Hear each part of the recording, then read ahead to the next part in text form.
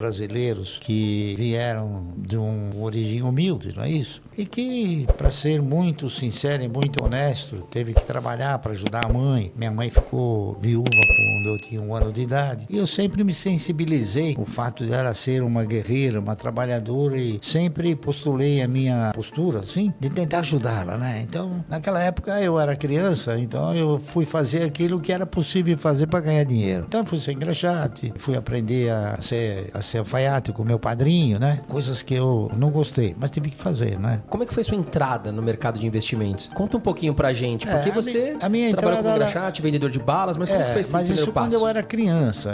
Depois eu fui evoluindo, evidentemente, eu fui crescendo. Eu me formei contador, não é isso? Em 1958. Em 1962 eu me formei em economia. E aí então eu já havia adquirido uma certa maturidade em termos de economia, não é isso? E nós então fomos evoluindo na razão direta das pesquisas que a gente foi desenvolvendo.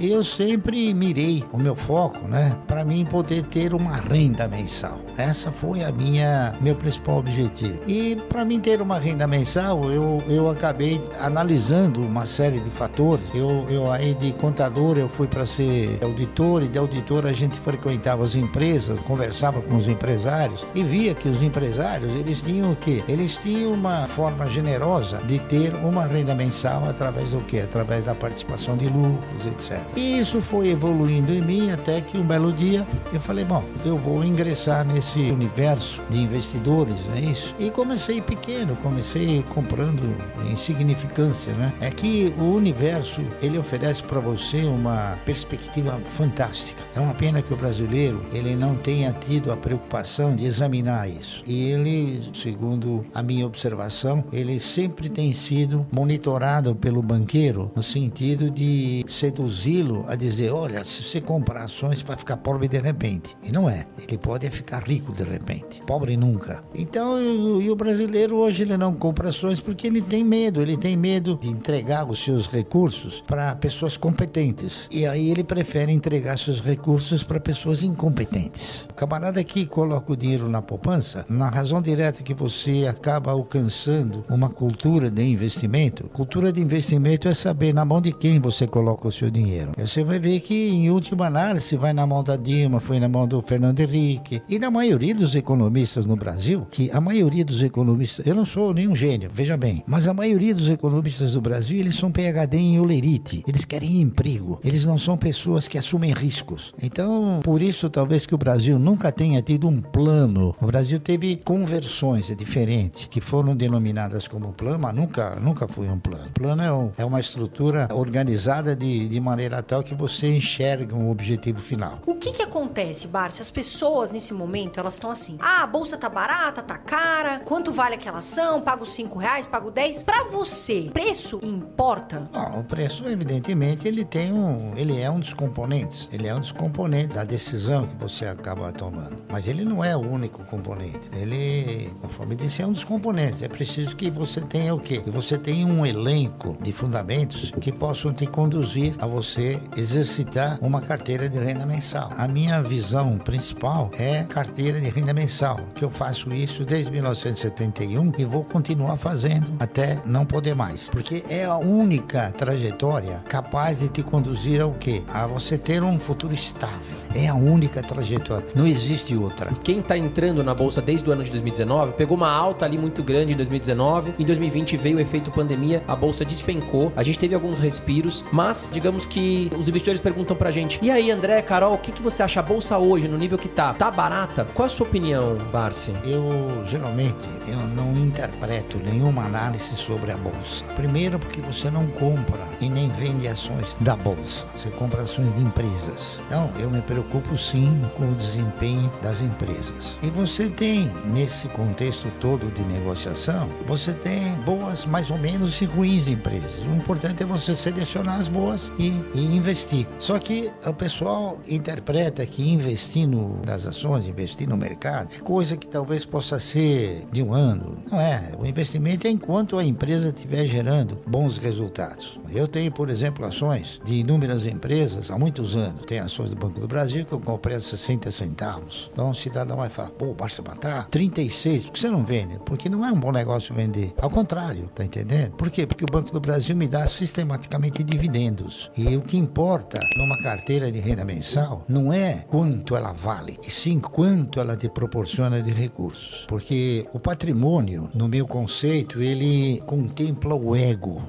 Patrimônio. Mas ele não te põe dinheiro no bolso. O que te põe dinheiro no bolso é o dividendo. Então eu já aprendi e tento mostrar para as pessoas que, por exemplo, os camaradas compram uma ação por 1 e veio 90 centavos, ele não ficou pobre nem perdeu tudo. Houve uma oscilação porque o mercado ele é de renda oscilante. Mas o que vale são aqueles recursos que você obtém através do quê? Através da distribuição dos resultados das empresas. Esse é o fator principal. Barsi, comentando sobre o setor elétrico, quais são as 3 ações que o senhor mais gosta? Todas. Eu gosto de todas. Que o senhor tem De mais todas, posição? eu gosto de todas aquelas que geram e transmitem. Aquelas que distribuem, não. Por quê? Porque o custo de geração e o investimento em geração, como o investimento em transmissão, é muito menor do que o investimento em distribuição. Distribuição, a empresa tem 70 mil clientes, né? E na transmissão tem 1 ou 2. Então, o custo é sempre menor. O custo de operação, consequentemente, o resultado é sempre mais significativo. Quais os melhores setores da Bolsa para você, Barsi? Os melhores setores para você investir são aqueles sem o qual uma economia não funciona. Esses são os melhores setores. Então você tem energia elétrica, o setor de bancos comerciais, você tem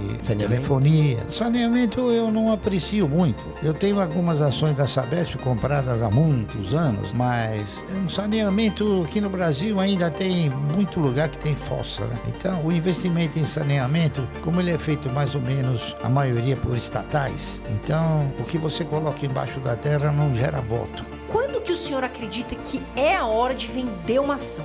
Quando ela não gerar mais os resultados que você espera dela. Mas o senhor acredita sim, porque muitas pessoas têm dúvida. Vamos dar um exemplo aqui, a Magazine Luiza. Tá passando, né, o varejo tá passando esse momento delicado, as ações estão despencando e aí os investidores ficam assim, será que eu vendo ação agora? Será que eu não vendo? Será que eu compro? Será que não? O senhor acha que depende da fase, por exemplo, Itaúsa agora, o senhor vendeu porque, né, de repente veio essa fase, ou seja, vende porque tá passando esse momento e você vendeu porque perdeu o sentido? Ou você acha que, por exemplo, nesse caso, a Magazine Luiza, por exemplo, tá passando esse momento, o investidor deve vender ou não? Deve avaliar a empresa? Você e todos esses que acreditam no setor de varejo, eles são um pouco informados em termos de histórico. As empresas de varejo, pelo menos umas 40, quebraram. E as próximas quebrarão. Magazine Luiza, um dia vai quebrar. Eu não sei quando, mas ela vai quebrar. Eu não sou profeta. Estou falando em termos de histórico. Veja bem, quebrou o seu Gears, quebrou a Casa Centro, quebrou o Mapping, quebrou a Slooper, quebrou a Ultralar. O que acontece no Brasil, principalmente, é o seguinte. O setor de varejo é um setor que ele é manco. Ele não tem uma conotação confiável na sua operacionalização. Por quê? Porque o governo ele engana você e engana todo mundo. Ele diz para você que a inflação é 8% quando é 40%. Então o que acontece? No varejo você compra um produto por R$1 e você fala, bom, eu vou vender esse produto em 10 parcelas ganhando 100%, tá correto? Então você vai vender por 2. O que ocorre? Durante o transcorrer, a inflação ela corrói de uma forma vingativa até eu diria. Então quando chegou na metade do caminho, aquilo que você vai receber R$2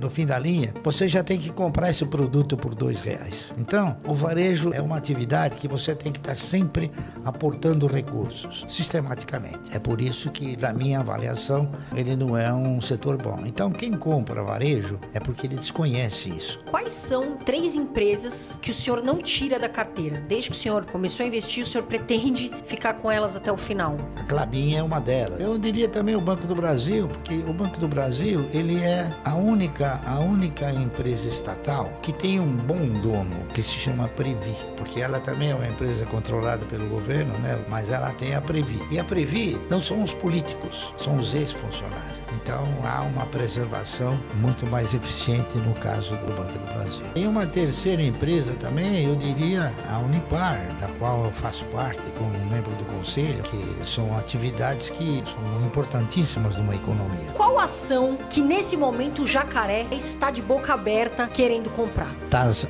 Tasa. Taurus Armas. Eu estou comprando também ações da Vibra, na razão direta que elas passam a ser uma boa opção. Já comprei uma boa posição de Cosan e estou esperando ver se cai um pouquinho mais da Aurin, que é da ex-CESP. Como que o senhor vê a renda fixa? Porque muitos investidores agora estão falando, vou sair fica aquele gira-gira de carteira. Vou para renda fixa, vou sair da renda variável. Como que o senhor enxerga a renda fixa? Eu respeito todos aqueles que acham que nesse país existe renda fixa. Sabe por quê? Porque a renda fixa não existe. Existe perda fixa. Se você for fazer uma avaliação correta do seu poder de compra entre dia 2 de janeiro e 30 de dezembro, você vai ver que o seu poder de compra, a perda desse poder de compra, é no mínimo 2 vezes superior àquilo que a renda te oferece. Então, vamos supor, você aplica no dia 2 de janeiro numa renda fixa. No fim do ano, você vai ganhar 10, 12%. Só que você perdeu 24%. Então, não tem renda fixa. Você mal consegue reajustar o dinheiro. Enquanto que nas ações você tem essa possibilidade. E é uma pena que o brasileiro, né, que não sabem como começar, estejam com o dinheiro ainda muito na poupança, né? Infelizmente, nosso país é o que é. E o brasileiro, ele é sempre atemorizado pelo banqueiro, né? Fala, não compra ações que você vai perder, né?